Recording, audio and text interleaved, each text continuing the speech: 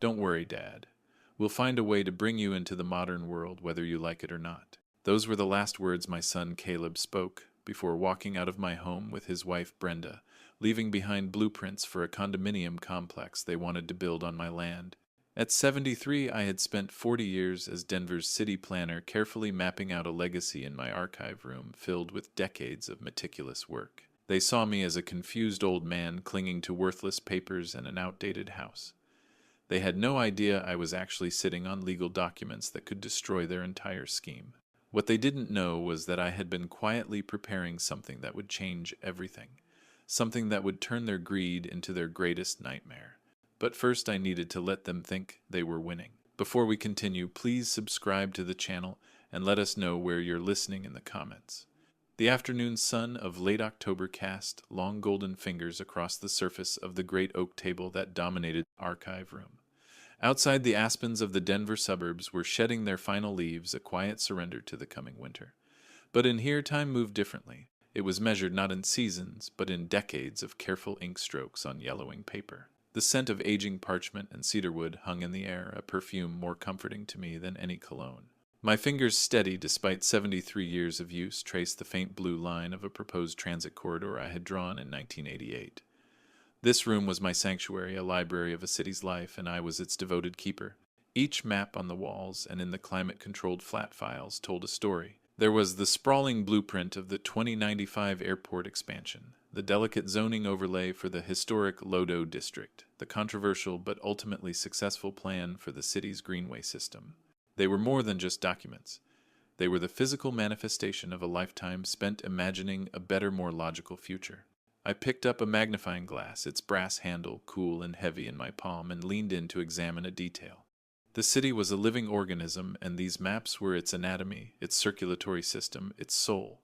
A peace settled over me, the deep contentment of a man who knew his work had meaning that it would outlast him. The gentle quiet was broken by the sound of the doorbell, followed by the distant chime of the grandfather clock in the hall striking 4. Caleb and Brenda were here. They brought the crisp metallic scent of the outside world into my quiet home. Caleb, my son, moved with an impatient energy that always seemed too large for these rooms, his expensive leather shoes clicking sharply against the hardwood floors. My late wife Helen and I had installed ourselves. Brenda, his wife, followed with a smile that was perfectly curated, bright and pleasant, but never quite reaching her eyes. She carried a bottle of wine, a gesture of familial duty. "Dad, the place looks—" "Exactly the same," Caleb said, his gaze sweeping the room with a familiar mix of feigned nostalgia and thinly veiled judgment. He wasn't looking at the history on the walls, but at the square footage it occupied. I offered them coffee, which they accepted. As I measured the grounds with practiced precision, I watched them from the kitchen. Brenda's eyes were scanning the antique furniture, her mind likely calculating depreciation versus auction value. Caleb had already pulled out his phone, his thumb swiping impatiently through some unseen digital world. He was a developer, he called himself, but he didn't build things that lasted. He built financial models, houses of cards, propped up by venture capital and market trends. When I returned with the coffee, I saw he had unrolled a massive glossy blueprint across the very map I had been studying. The sharp chemical smell of the new print was an assault on the room's gentle aroma. It showed a grid of tightly packed condominium buildings branded with the aggressively modern logo, Payne Estates. "I wanted to show you the final concept," Caleb began, his voice taking on the smooth, practiced tone of a sales pitch. "Brenda has already run the numbers. If we get the zoning variance, we can break ground by spring." I looked from his glossy render to the intricate hand-drawn city plans beneath it. My land, my home. He was talking about erasing it. "I need you to sign a power of attorney, Dad, just to handle the permits and financing. It's too complex for you to deal with." My hand, which had been steady all afternoon, tightened its grip on the coffee mug. I said nothing, letting the silence stretch. "You're living in the past, Dad," Caleb finally spat, his voice laced with a coldness Orville had never heard before. "But don't worry. We'll find a way to bring you into the modern world, whether you like it or not." The sound of Caleb's BMW faded down the street, its aggressive engine noise a final insult to the tranquil Sunday afternoon. Silence rushed back in to fill the void, but it was a different kind of silence now. It was heavier, colder, laced with the metallic tang of his final words. I stood motionless in the living room, the grandfather clock in the hall ticking with a lonely mechanical rhythm. The house, my fortress of solitude and memory, suddenly felt vast and empty, its familiar comforts unable to ward off the chill that had settled deep in my bones. A faint, cloying trace of Brenda's perfume lingered in the air, a foreign scent warring with the comforting aroma of old books and Helen's dried roses on the mantel. My feet carried me back to the archive room, the heart of my home. The offensive blueprint, a glossy wound of commercial ambition, still lay sprawled across the oak table. With the careful movements of a man handling unexploded ordnance, I gently rolled it up. The slick paper felt cold and lifeless beneath my fingers, a stark contrast to the warm, textured feel of the linen-backed map it had covered. I secured it with a rubber band and placed it on the floor out of my sightline, a problem to be dealt with later. My gaze fell upon the map. It had desecrated a topographical survey of this very plot of land, dated 1979. In the corner in Helen's elegant script were the words, "Our Forever Place." A memory sharp and vivid rose, unbidden from the depths of my mind. It was a Saturday morning in the early 92nd. A much younger Caleb, perhaps 10 years old, stood on a stool beside me at this very table. His small finger traced the contour lines on a similar map as I explained the language of the land. "See, son," I had told him, my voice filled with a father's pride. "These lines aren't just ink, they're the earth story. A good planner doesn't just build on the land, he listens to it." Helen had stood in the doorway, her arms crossed, a soft smile on her face as she watched us. Caleb's eyes had been wide with wonder, then full of questions about reservoirs and traffic flow and where the parks would go. He had wanted to build cities, not just condos. He had wanted to build a legacy, not just a portfolio. When did the music of that ambition change its key? I sank into my leather reading chair, the worn material groaning softly under my weight. The man who had stood here an hour ago with eyes that measured my home in dollars per square foot was a stranger. A stranger who wore my son's face. I tried to pinpoint the moment of divergence, the hairline fracture in his character that had over the years widened into this chasm between us. Was it college? Was it his first taste of the cutthroat world of commercial real estate? Or was it Brenda, with her perfectly polished nails and her unwavering belief that a thing's value was simply the price someone else was willing to pay for it? The questions circled in my mind, offering no comfort, only the hollow echo of a future that had been lost somewhere along the way. The silence of the house no longer felt like an absence of sound. It felt like a presence, a weight of unspoken grief. The last of the afternoon light bled from the sky, leaving the archive room in a deep, contemplative twilight. The shadows deepened, merging the corners of the room into an undefined darkness, and for a long moment I allowed the sorrow to wash over me. It was a grief not just for the son I had lost, but for the man he had become. He saw these maps, this history, this carefully constructed life as an obstacle, an asset to be liquidated. He wasn't just rejecting my legacy. He was trying to erase the very language it was written in. My role in his eyes had been reduced from father to custodian of his future inheritance. My gaze drifted to a silver-framed photograph on the corner of my desk, the only object not covered in maps or books. It was Helen, taken on the day we bought this land. She was laughing, her head thrown back, the Colorado sun catching the hopeful glint in her eyes. We hadn't just bought a property, we had chosen a future. We were stewards, she had always said, not owners. Stewards of this small piece of the earth of our family, of the memories we would build within these walls. Caleb's glossy blueprint wasn't just an attack on me. It was a desecration of her memory. It proposed to replace our story with a spreadsheet of profit margins. A new feeling began to curdle the grief in my chest. It was a slow-burning anger, cold and hard as steel. This was not about a stubborn old man clinging to the past. This was about principle. It was about the fundamental difference between building and merely possessing. I had spent my life shaping the future of a city, believing that thoughtful planning could create communities that thrived for generations. Caleb and Brenda wanted to bulldoze that philosophy for a quick, forgettable profit. To surrender to them would be to abdicate the core tenet of my entire existence. It would be an admission that my life's work, my beliefs, were indeed just old paper.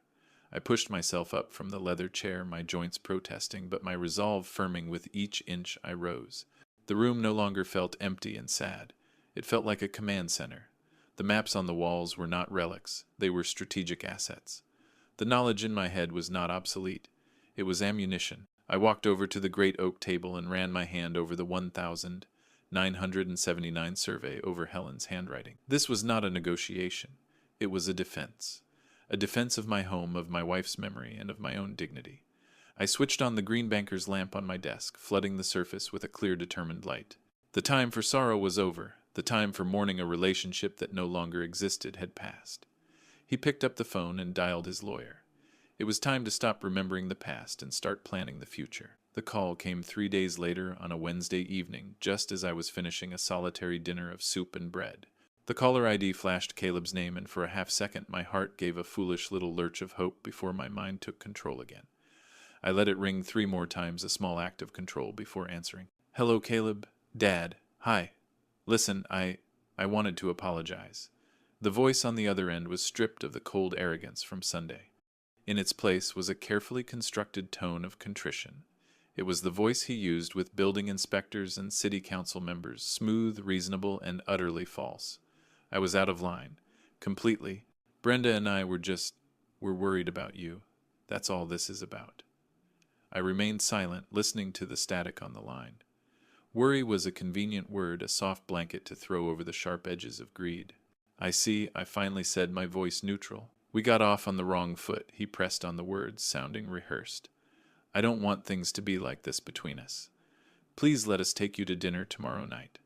The Prospector's Grill. Your favorite. We can talk, really talk, and find a solution that works for everyone." The Prospector's Grill had been Helen's favorite, not mine. A subtle but telling error. He remembered the place, but not the reason. This wasn't an olive branch. It was a subpoena disguised as an invitation. He wasn't seeking reconciliation. He was changing tactics. My conversation with my lawyer, Arthur Vance, had been brief but productive. He had advised me to listen, to observe, to gather data. This dinner was an opportunity. "Very well, Caleb," I said, my voice as level as a surveyor's plane. 7 o'clock, D. The following evening I did not prepare for a family dinner. I prepared for a deposition. I spent the afternoon not in my closet, but in my archive room, reviewing the original parcel map of my property and the adjacent lands. I reread the city's 20-year development plan, my own annotations sharp and clear in the margins. I was not arming myself with anger or sentiment. I was arming myself with facts, with the unassailable logic of my life's work. When I finally did choose my attire, I selected a simple tweed jacket, the kind a retired academic might wear. Let them see the harmless old man they wanted to see. Underestimation, I knew, was a powerful strategic advantage. The Prospector's Grill was exactly as I remembered it, a cacophony of manufactured importance. Dark wood, deep leather booths, the low hum of conversation punctuated by the clatter of expensive silverware. The air was thick, with the rich, heavy smell of grilled meat and money. It was a world away from the quiet, ink-scented sanctuary of my home. The hostess led me toward the main dining room. They were seated at a booth in the back, a pair of patient predators waiting for their guest of honor to arrive. Caleb rose as I approached, his smile a well-rehearsed pantomime of respect. "Dad, I'm so glad you could make it." He pulled me into a brief, stiff embrace that felt more like a frisk than a hug. Brenda remained seated, offering a brilliant smile that was a masterpiece of cosmetic dentistry. "Orville, you look wonderful," she cooed, gesturing to the empty seat beside her. I noted the seating arrangement immediately. They had positioned me against the wall, giving them a clear view of the entire restaurant, while my own view was limited. A classic negotiation tactic: control the environment. I settled into the plush leather, the material cool against my back. "You both look well," I said, my voice calm. A young waiter appeared, taking our drink orders. A Cabernet for Caleb, a Chardonnay for Brenda. "Just water for me, thank you," I said. I needed a clear head for what was to come. "So, how have you been, Dad, really?" Caleb began, leaning forward with an expression of earnest concern. "Keeping busy, the way I like it," I replied, unfolding my napkin. "The Historical Society asked for my consultation on the Union Station redevelopment plans." "That's wonderful," Brenda chimed in, a little too brightly. "It's so important to stay active, to keep the mind sharp." The compliment was delivered like a carefully placed chess piece. Every word they spoke felt scripted, each glance timed. They spoke of trivial things: the weather, a new gallery. Brenda had visited a mutual acquaintance, but beneath the surface I could feel the current of their true purpose, a patient circling shark. They were assessing me, probing for weaknesses, for any sign of the confusion they so desperately wanted to find. The waiter returned with our drinks and took our food orders. The brief interruption provided a moment of respite, but as soon as he departed, the performance resumed. Brenda placed her menu down with a delicate, decisive click. She leaned forward, her expression shifting from casual pleasantry to one of intense intellectual curiosity. It was a masterful transition. Orville, I was hoping I could pick your brain about something, she began, her voice dropping to a more serious, confidential tone. It's about a property one of my clients is looking at near Bear Creek. There's some confusion about the riparian rights adjustments that were made following the big flood back in 2097. It's incredibly arcane stuff, and honestly, no one seems to have a clear answer. It was a clever question, specific, obscure, and deeply embedded in the labyrinth of Denver's zoning history. Answering it incorrectly would prove incompetence. Hesitating would suggest senility. And answering it correctly, I realized a moment too late would allow them to paint me as someone lost in meaningless, dusty details. It was a perfectly designed trap, but to a man who had spent 40 years navigating that very labyrinth, it wasn't a trap. It was a challenge, and my professional pride, the one thing they hadn't counted on, rose to meet it. Ah, the 2097 adjustments, I said, a flicker of genuine interest stirring within me. A fascinating case of legal and geographical precedent. So you see, it wasn't a rezoning, but a variance tied to the updated floodplain designations. I was explaining the intellectual puzzle, genuinely engaging me. The city had to protect the watershed, but they also needed to allow for limited development. The compromise was a transfer of development rights, or TDR, which most people found. Dad, stop. The words sharp and flat sliced through my explanation. I blinked momentarily, disoriented, like a driver pulled from a deep concentration on the road. Caleb was holding up his hand, a gesture not of discussion but of dismissal. Just stop, he said again, his voice rising, deliberately pitched to carry to the neighboring tables. A couple in the next booth paused their conversation, their forks hovering midair. See, this is what we mean. This is exactly it. I looked from my son's face, now a mask of theatrical frustration, to Brenda's, which was etched with practiced sorrow. What do you mean, Caleb? I asked, my own voice quiet in comparison. We ask you a simple question, and you go off on some tangent about TDRs and floodplains from 20 years ago. He shook his head, a performance for his growing audience. You get lost in these pointless details. You can't stay on topic. You're not tracking. Brenda placed a hand on Caleb's arm, a perfect portrait of a concerned wife. Honey, be gentle, she whispered, loudly enough for everyone to hear. Maybe this is just too much for him right now. The accusation hung in the air, thick and suffocating. They were painting me as a rambling, confused old man, and my own expertise was the brush they were using. My mind, which moments before had been navigating complex legal frameworks with ease, was now struggling to process the sheer audacity of their betrayal. I opened my mouth to defend myself, to state that I was answering the very question they had asked, but Caleb cut me off again. It's okay, Dad, he said, his voice dripping with condescending pity. He reached for his water glass, his movements suddenly clumsy, exaggerated. We understand you get flustered. His hand knocked against my own water glass, sending a cascade of ice and water across the table and onto my lap. The cold was a sudden, shocking jolt, snapping me back to the present. A collective gasp came from the next table. The white linen tablecloth was instantly stained, the water spreading in a dark, accusing bloom. Caleb looked down at the mess he had created, then back up at me. His expression held no apology. It held only a cold, triumphant finality. See, he said, his voice now, a low, damning whisper meant only for me. You can't even react. Too slow, too old. As Orville wiped the spilled water from his shirt, meeting the pitying glances of strangers, he felt not shame but a chilling clarity. The battle lines had been drawn, and his son had just fired the first public shot. The drive home was a study in quiet composure. I did not speed. My hands did not tremble on the steering wheel. The chaotic symphony of the restaurant, the clatter of plates, the false sympathy in Brenda's voice, the sharp cruelty in Caleb's faded behind me, replaced by the steady, reassuring hum of the engine. The streetlights painted fleeting stripes of yellow across my tweed jacket, the damp spot on my trousers having already turned cold. There was no rage coursing through my veins, only a profound and dispassionate clarity. The grief I had felt days earlier had been cauterized by the public humiliation, leaving behind not a wound but a hard, smooth scar of purpose. They had mistaken my love for weakness, my patience for passivity. It was a fatal miscalculation. I parked the car in the garage, the familiar click of the door closing behind me, sealing me back into my world. I walked not to the kitchen for a drink, nor to the living room to sink into a chair. I walked directly to the archive room, my steps measured and devoid of hesitation. The green banker's lamp I had left on cast a pool of light on the great oak table, an island of order in the encroaching darkness. This was my territory. This was where the battle would be fought, not with raised voices, but with documented facts. I bypassed the newer, more accessible files and went to a deep, flat drawer cabinet in the far corner. From it, I carefully withdrew a long rolled parchment. It was the original master plan for our entire suburban quadrant, dated 1982. The paper was thick, brittle at the edges, and smelled of time itself. I unrolled it gently, using glass paperweights to hold the curling corners down. My eyes scanned the intricate web of lines and legends until I found what I was looking for. Parcel 73 Ampere, my property, and bordering it the faint cross-hatched area designated as a potential drainage basin. From my desk I took my old fountain pen, the one with the fine German nib that Helen had given me for my 40th birthday.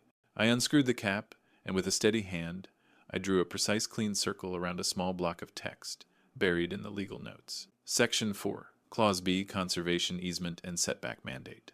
It was an obscure provision I had personally championed designed to prevent high-density development from disrupting the area's natural water flow. It made building a condominium complex like Caleb's not just difficult but legally impossible without an environmental review process that would take years and cost a fortune. I took out my smartphone, a device Caleb believed I was too old to operate effectively, and took a high-resolution photograph of the circled clause. I attached it to an email, the recipient my lawyer, Arthur Vance. The subject line was simple, strategy. The body of the email was even simpler, start here. Then I opened a new leather-bound journal, turned to the first page, and began to write. My entry was not emotional. It was clinical. I noted the date, the time, the location of the dinner, and a verbatim account of Caleb's words and actions. I closed the thick legal binder, the first of many. Caleb wanted to build a house of cards. I would build a fortress of facts. The first wave of the attack did not come with a shout, but with a whisper over a garden fence. A week had passed in deceptive tranquility. I maintained my routines, morning coffee, afternoon reading, evening walks, with a deliberate sense of normalcy. I was a cartographer mapping out enemy territory, and patience was my most essential tool. The first sign of troop movement came from Mrs. Gable next door, a woman with whom I had shared polite conversations about roses and property taxes for 15 years. I was pruning the last of Helen's prize-winning hybrid teas when she approached, her gardening shears in hand, her expression a careful mixture of neighborly concern and veiled curiosity. "Orville, dear," she began, her voice a little too sweet, "I was just chatting with that lovely Brenda of yours the other day. She mentioned you've been a bit forgetful lately. I just wanted to make sure you were remembering to take your blood pressure medication." The lie was breathtaking in its simplicity and its cruelty. I have never been prescribed blood pressure medication in my life. I met her gaze, my own expression calm. "That's very thoughtful of you, Martha. But my health is excellent, and I believe you're mistaken about any medication." I offered her a polite smile, snipped a dead bloom from a rose bush, and turned back to my work. Her retreat was hasty. That evening my journal received its second entry. Date, time, individual Martha Gable. Topic of conversation, fabricated medical concerns, source cited as Brenda Payne. The second front opened 2 days later. The phone rang, and the caller was Frank Miller, an old colleague from the city planning department, a man with whom I had once shared countless lunches and heated debates. His voice was hesitant, filled with an uncomfortable warmth. "Orville, old friend. How are you holding up?" "I'm holding up just fine, Frank. To what do I owe the pleasure?" There was a pause. I could hear him shuffling papers on his end. "Well, this is a bit awkward. I got a call from your son. From Caleb." He cleared his throat. He seemed genuinely worried, Orville. "Said you'd been having some trouble managing your finances. Mentioned something about missed utility payments, getting confused about your pension statements." The precision of the slander was impressive. They weren't just calling me senile. They were creating a specific, plausible narrative of incompetence targeting the very areas where I had built my reputation. "Frank," I said, my voice steady, betraying none of the cold fury solidifying in my gut. "Has there ever been a time in the 40 years you've known me that I have ever missed a payment or misread a statement?" "No, of course not," he said quickly. "You were always sharp as a tack." That's what I told him. "But, well, people change. He's just worried." "I appreciate his concern," I said, the words tasting like ash. "And I appreciate your call, Frank." After I hung up, I sat in the quiet of my archive room, the receiver still cool in my hand. I opened my journal and made the third entry. It was a pincer movement, a coordinated attack on both my personal and professional credibility. They weren't just trying to take my home, they were trying to dismantle my reality, one concerned conversation at a time. The doorbell rang at 10 o'clock on a crisp Tuesday morning. I had been expecting it. A coordinated campaign of slander is never an end in itself. It is the foundation for an official action. When I opened the door, a woman in her late 30s stood on my porch. She wore a sensible navy pantsuit and a neutral expression, but her eyes were sharp observant. She carried a leather portfolio under her arm. "Mr. Orville Payne?" she asked, her voice polite but firm. "I am. And you are?" "My name is Susan Albright. I'm with the Denver County Adult Protective Services. We've received several reports of concern regarding your welfare. May I come in for a few minutes?" "Of course, Miss Albright." "Please," I said, stepping aside. I had already prepared a fresh pot of coffee. I led her not to the formal living room, but to the sunroom overlooking the garden, a space filled with light and life. I wanted her to see clarity, not shadows. She sat, declining the coffee, but accepting a glass of water. She opened her portfolio, and the practiced, dispassionate questioning began. She asked about my daily routines, my meals, my social activities. She asked if I was managing my finances, paying my bills on time. With each question, I provided a calm, detailed answer. I told her about my volunteer work with the Historical Society, the dinner I had with Frank Miller last week, the precise contents of my pantry. When she asked about finances, I didn't just answer. I gestured to a neat stack of files on the side table. "Those are my paid utility bills for the last quarter, my most recent bank statement, and my pension advisement. Please feel free to review them." Her professional composure flickered for a moment, a brief spark of surprise in her eyes before it was extinguished. She glanced at the files but didn't open them. The questions turned to my mental state. "Mr. Payne, some of the reports suggest you experience periods of confusion, that you get lost in details and have trouble focusing on the present." This was the heart of it, the narrative from the restaurant. Instead of denying it, I embraced it. "Miss Albright, my life's work has been about details. The success of a city plan and the safety of its citizens often hinges on a single overlooked detail in a zoning code or an environmental impact study." I rose from my chair and walked to a map of the city that hung on the wall. It was a projection map showing planned development for the next 20 years. "For example," I said, my voice finding the familiar rhythm of a lecture, "the confusion some might see is in fact an understanding of how this detail here," I tapped a proposed light rail extension, "will impact property values and traffic patterns here 10 years from now." For 5 minutes I gave her a clear, concise, and utterly compelling overview of the city's future. I was not a confused old man. I was a master of my craft, demonstrating my art. She listened, her pen still, her gaze fixed on the map. When I finished, she slowly closed her portfolio. A long silence filled the room, broken only by the ticking of the clock. The social worker closed her file, a look of respect in her eyes. "Mr. Payne," she said, her tone now stripped of its clinical neutrality, "it seems the only thing you're in danger of is being underestimated." I knew then that my defense was working, but I also knew the enemy's desperation would only grow. A proactive defense is always superior to a reactive one. That was a principle I had applied to city planning for decades, and I saw no reason it shouldn't apply to my own life. 2 days after Miss Albright's visit, I sat on the crinkling paper of an examination table in Dr. Evans's office, a place I had been coming for my annual checkups for the better part of 20 years. The room smelled of antiseptic and familiar reassurance. Dr. Evans entered, a file in his hand and a friendly but questioning look on his face. He was a good man, thorough and no nonsense. "Orville," he said, pulling up a rolling stool, "your chart says this isn't your annual physical." "Everything all right?" "Everything is fine, Robert." "Better than fine, in fact," I began.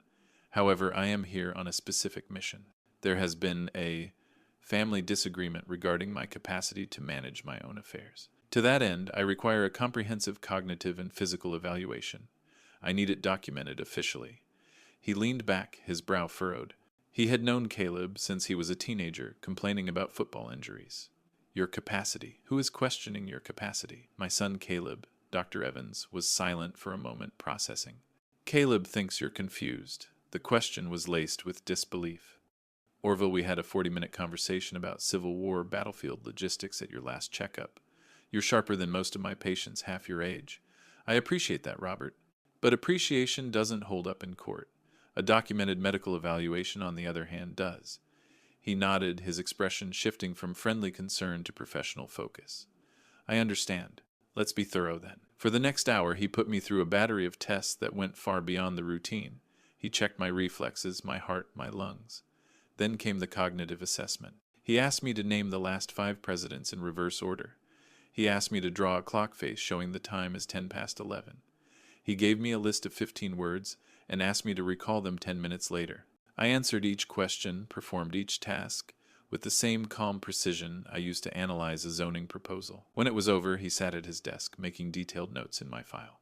He swiveled in his chair to face me. "Well, Orville, your blood pressure is excellent, your heart sounds like a drum, and cognitively, you're operating at a level I would classify as superior for any age group. There is absolutely no medical basis for any claim of diminished capacity. None. I need that in writing, Robert," I said, "as detailed as possible." "You'll have it by the end of the day," he said, his voice firm. "I'll make the language ironclad." He stood and shook my hand, his grip strong. "You take care of yourself, Orville. It sounds like you have a fight on your hands." I walked out of his office, into the bright Denver sunshine, the sterile scent of the clinic still clinging to my jacket. In my mind, I pictured another document being placed into the legal binder on my desk. Another stone in the fortress wall. For a few days, the fortress of facts I was building around myself felt impenetrable. The official report from Miss Albright and the ironclad medical evaluation from Dr. Evans were solid stones in my defense wall. I had naively assumed that faced with official and medical proof, Caleb and Brenda would retreat. But I was applying the logic of a planner to a problem that had devolved beyond reason. I had fortified my position against a conventional assault, not realizing the enemy had already decided to wage a guerrilla war. The discovery came not from a phone call or a knock on the door, but from an email from my lawyer. The subject line read, "Potential defamation, MAD, for your review." Arthur had attached 2 screenshots. My hands, which had been steady throughout this ordeal, felt a tremor of true cold as I opened the first file. It was a post from Brenda in the Beacon Hill Neighbors Facebook group, a page ostensibly for sharing recommendations for plumbers and warnings about loose pets. Her post was a masterwork of malicious subtlety. It read, "Hi, wonderful neighbors, I'm seeking some gentle advice. My husband's elderly father, whom we all adore, is going through a tough time. He's a very proud, independent man, but we've noticed he's been getting quite confused lately and is refusing any help. It's breaking our hearts to see him struggle. Has anyone dealt with a similar situation? How do you convince someone you love to accept the care they need?" The language was perfect. The concerned daughter-in-law, the beloved but stubborn patriarch. She didn't name me, but in a community where everyone knew the Payne family, she didn't have to. The comments below were a predictable cascade of sympathy and unsolicited advice, each one adding a thread to the tapestry of lies she was weaving. "Oh, that's so tough, Brenda. You're doing the right thing. Have you looked into a power of attorney?" The second screenshot was from her public Instagram profile. It was a filtered black and white photo of her hand holding mine taken during that disastrous dinner at the steakhouse. My hand looked old, veined, and vulnerable in her carefully manicured grip. The caption was a saccharine dagger. "Family is everything. It's our duty to protect our elders even when they can't protect themselves. The journey can be heartbreaking, but it's walked with love. Number family first, number elder care, number difficult conversations, number love and patience." I leaned back in my chair, the screen's cold light illuminating my face. This was their new strategy. If they couldn't prove I was incompetent in a courtroom or a doctor's office, they would try me in the court of public opinion. They were crowdsourcing my character assassination. It was brilliant. It was insidious. And it was utterly without soul. My fingers moved across the keyboard. I didn't type a response. I saved the screenshots, named them Evidence Exhibit C and D, and placed them in a new encrypted folder. The battlefield had just expanded, and I needed a new map. The official notification arrived on a Monday, delivered by a mail carrier who required my signature. It was a thick manila envelope bearing the official seal of the city and county of Denver. There was a cold finality to its weight and texture. Inside, the legalese was dense, but the message was simple. A public hearing had been scheduled by the Planning Committee to review a petition for a major zoning variance on parcel 73 Ampere. My parcel. My home. The petitioner was Payne Estates, LLC. Caleb had escalated from whispers and lies to a formal public challenge. I read the document twice, then calmly picked up the phone and called Arthur Vance. "The summons has arrived, Arthur," I said, my voice even. "I received a copy this morning," he replied, his tone all business. "Caleb's petition is audacious. He's arguing that the current single-family zoning no longer serves the public interest due to the housing shortage. He's positioning his condominium project as a solution and framing you as an elderly landowner unable to manage his property, thus impeding progress. He is framing me as a roadblock, I corrected gently. And a roadblock is meant to be removed. They will use everything Orville. The social media campaign, the neighbor's statement to the social worker, all of it to paint a picture of a man who is not a reliable steward of his own land.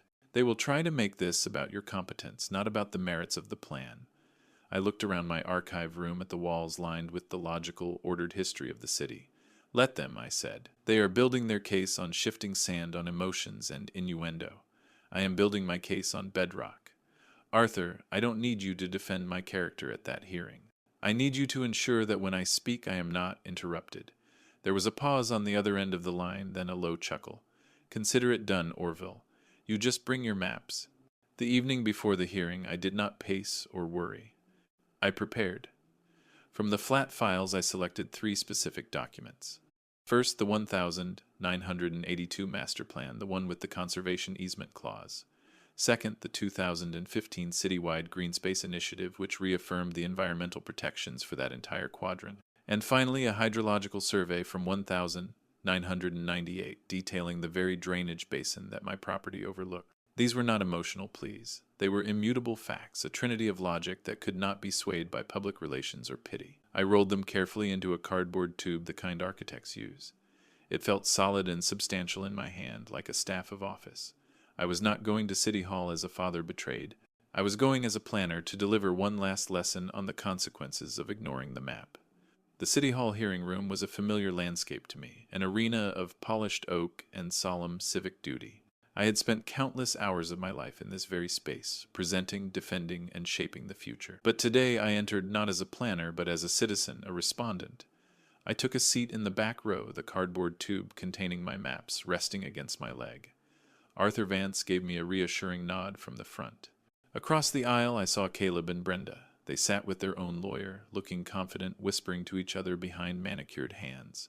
Brenda was dressed in a sharp professional suit, the picture of competence. Caleb looked every bit the visionary developer, his tie perfectly knotted, his expression earnest. The chairman of the committee, a man I had known for years, called the meeting to order.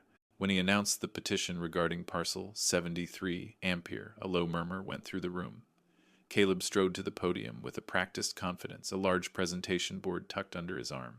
He placed it on an easel, revealing a vibrant computer-generated rendering of Payne Estates. It was all sleek lines, green spaces that looked too perfect and happy, diverse families strolling along pristine walkways.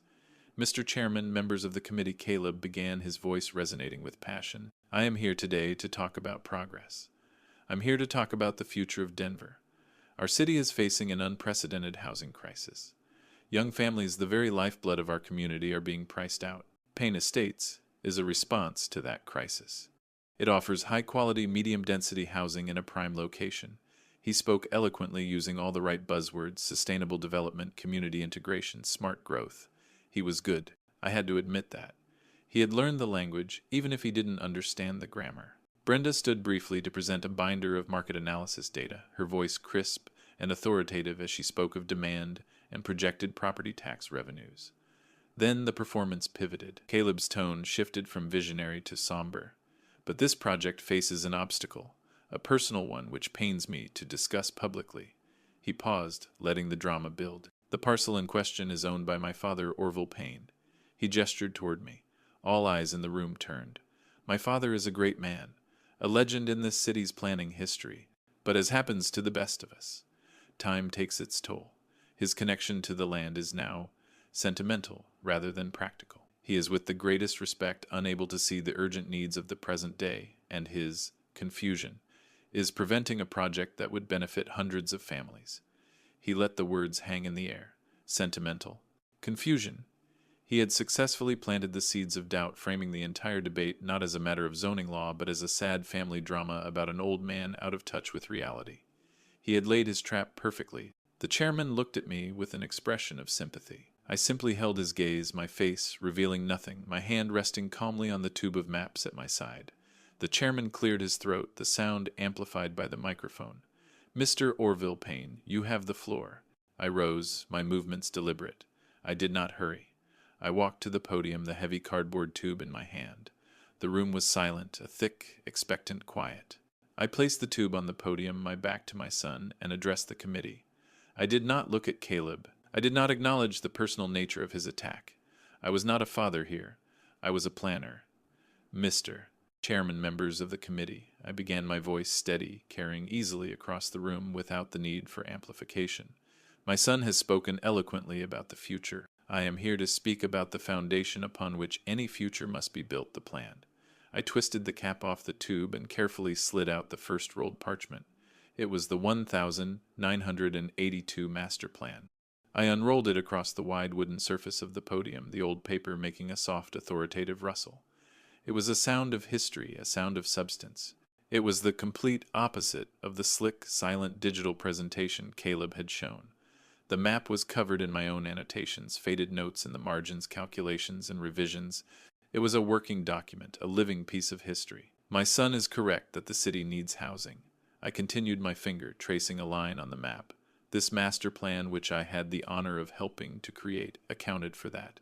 It designated specific high-density growth corridors here and here. My finger tapped on 2 areas far from my own property.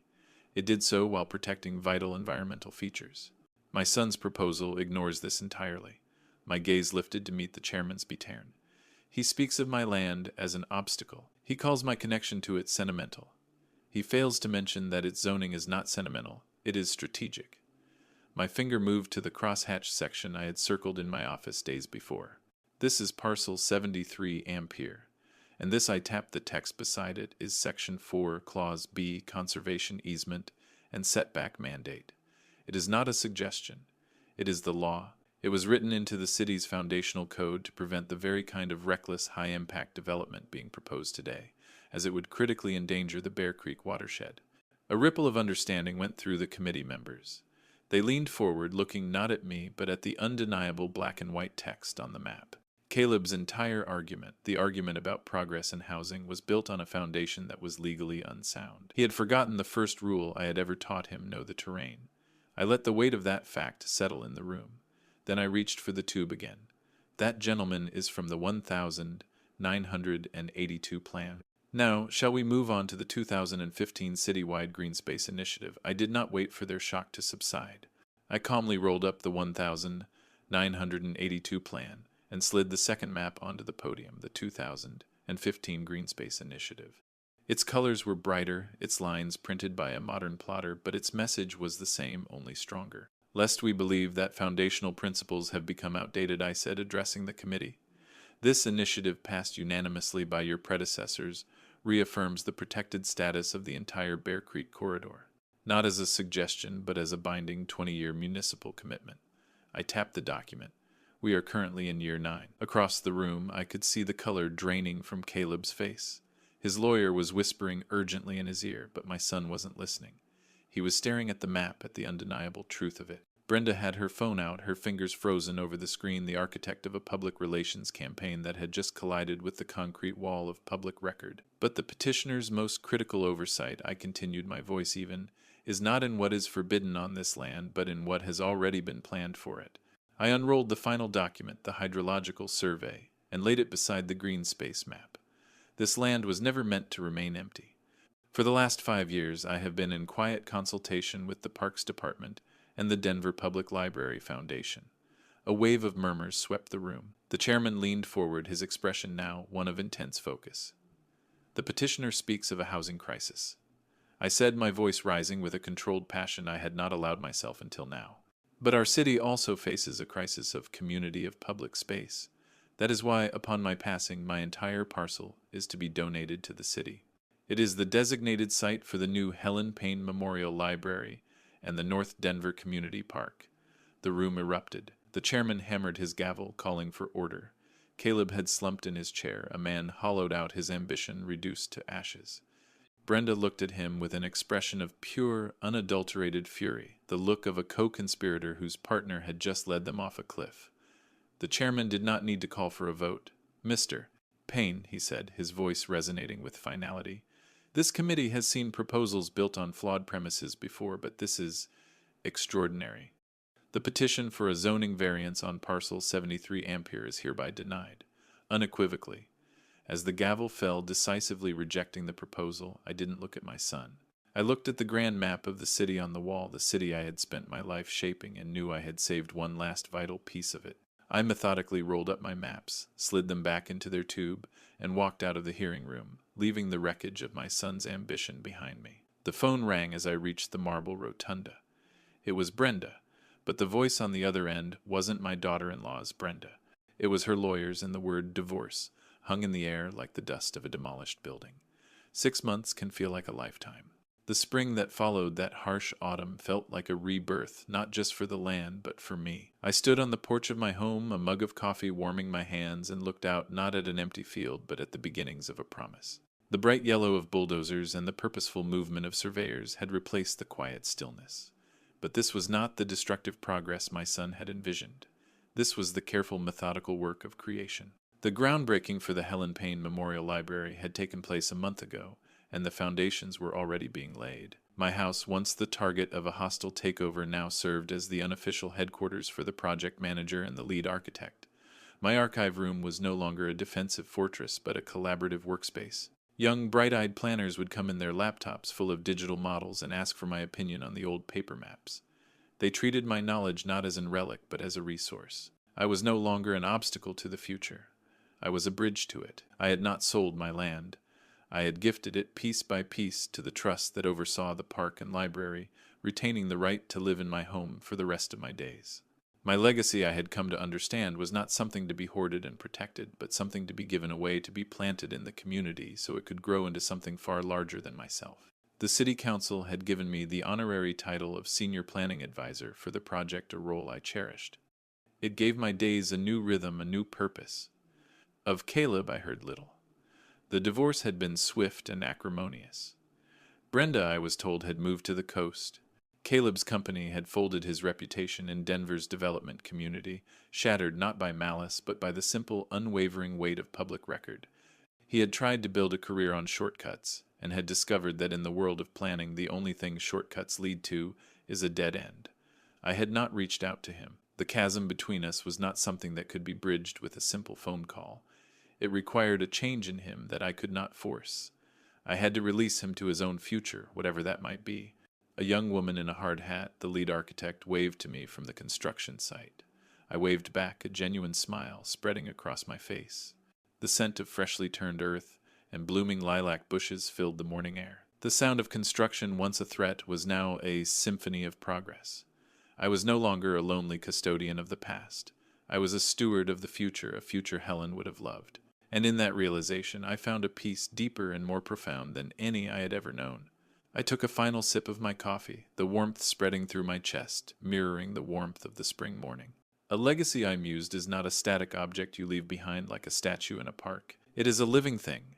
It is the shade from a tree you planted, the knowledge in a book you funded, the joy in a public space you helped create. It is the impact you have on the future, a future you will never see. My son had tried to claim my past, but in doing so he had forfeited his own future. I had learned that the best way to protect a legacy is not to build walls around it, but to give it roots in the hearts of the community.